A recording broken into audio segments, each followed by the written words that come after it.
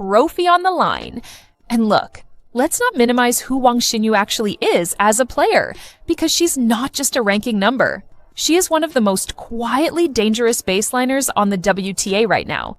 She doesn't get the headlines of a Sabalenka or a Swiatek, but she's been steadily climbing for years, and there's a reason she's cracked the top 35. She moves well, she rallies with patience, she's physically tough to push off the baseline. And on clay specifically, where you have to earn every single point through construction rather than just pace, Wang is exactly the kind of opponent that exposes whatever is still unfinished in your game. She's not going to give you free points, she's not going to fold under pressure. She is going to make you work for everything, and if you don't have the mental composure to handle that grind, she will outlast you. So when Eala stepped out on court at the Foro Italico and found herself staring down a deficit in the first set, she had a choice. She could tighten up, start playing not to lose, which is the death sentence for any player on clay, because Wang has enough time and patience to grind you into the dirt if you let her. Or she could play through it. She played through it. 6-4 in the first, 6-3 in the second, 86 minutes total. Wang won more ranking points in Auckland. Eala won the one that counts today. Now here's the stat that should get more attention than it's getting. Eala came in ranked number 42 in the world. Wang came in ranked number 33. That's not a massive gap on paper, but in tennis, and especially on clay, where experience compounds, 11 spots can feel like a different tier entirely.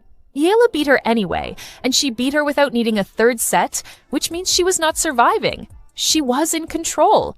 Back in 2025, Eala made her Clay Court Masters debut at the Madrid Open and went out in the second round to Iga Swiatek. Fair enough, you don't get more brutally calibrated than losing to Swiatek on clay. Then she came to Rome last year and Marta Kostyuk handed her a scoreline that I genuinely don't want to repeat out loud. One game, one. The kind of match where you're not sure if you want to analyze it or just close the tab. This year, Madrid, she beat Pavlyuchenkova in the first round and then lost to Mertens in the second. The clay narrative was still unsettled, still looking for that third round moment. Today, she found it. And it's not just the milestone. By reaching the third round here, she's locked in 55 ranking points from this tournament alone. She was sitting at number 42 coming in, and whatever the final math looks like with Roland Garros seedings on the line, every point in this stretch matters. Also, and I know not everyone talks about this part, but I think it matters. She just guaranteed herself a prize check of $53,894 from this tournament. That's roughly 3.2 million Philippine pesos.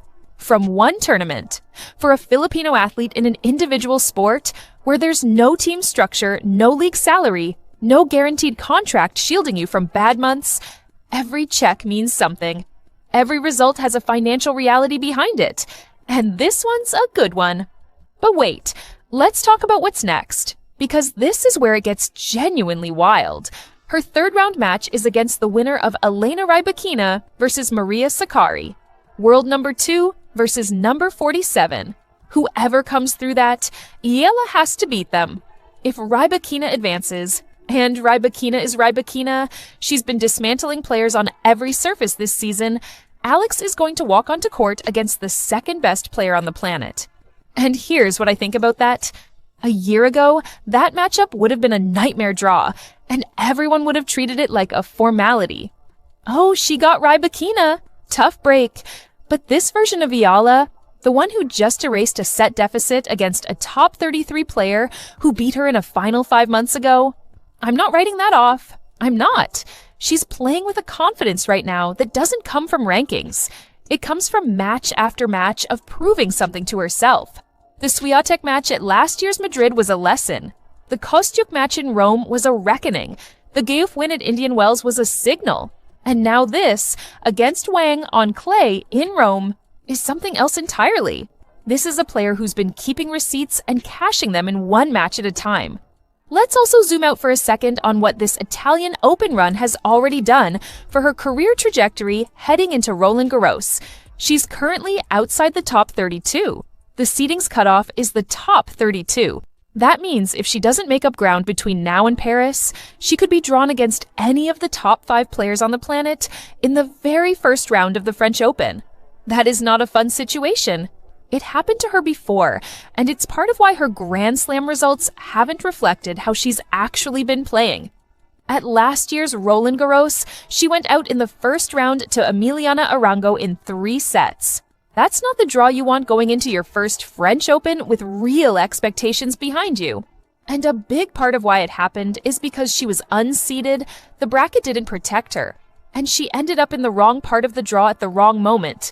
But now, the Rome points are going in. If she can go further here, 1 more win, 2 more, whatever she can squeeze out of this draw, the seedings math starts to shift, and a seeded entry into Roland Garros changes the bracket entirely. Seeded means you don't play a top 5 player until at least the 3rd round, maybe the 4th. That is a completely different tournament for a player like Eala, who is dangerous if she can get some rhythm going into the 2nd week. This is the stakes underneath the scoreline. It's not just Alex won today, it's Alex just did the thing that changes what Roland Garros looks like for her.